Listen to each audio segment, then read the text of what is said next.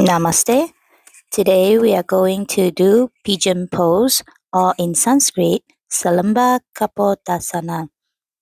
Doing PIgeon Pose can help you to have a deep stretch to your hip flexor, quadriceps, and psoas muscles, improving flexibility and range of motion in the hips.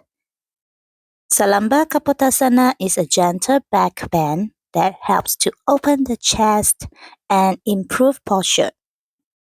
This pose can be calming and grounding, helping to reduce stress and anxiety. Besides that, the deep stretch in the hips can stimulate the digestive organs, help in digestion and elimination. Lastly, this pose can help to increase blood flow to the pelvic region, promoting overall health and vitality. If you have any knee or hip injuries, consult your doctor before attempting this pose. You can use props like blocks or blankets to support your body and make the pose more accessible. Don't force yourself into the pose. Listen to your body and back off if you feel any pain. First, start in a tabletop position. Kneel on your mat with your hands and knees directly beneath your shoulders and hips. Spread your fingers wide and keep your toes tucked under. Engage your core and lengthen your spine.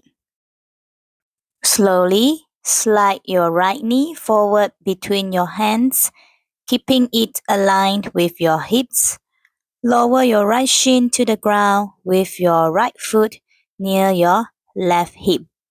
Adjust your right foot so that your right knee points towards the right side of the mat.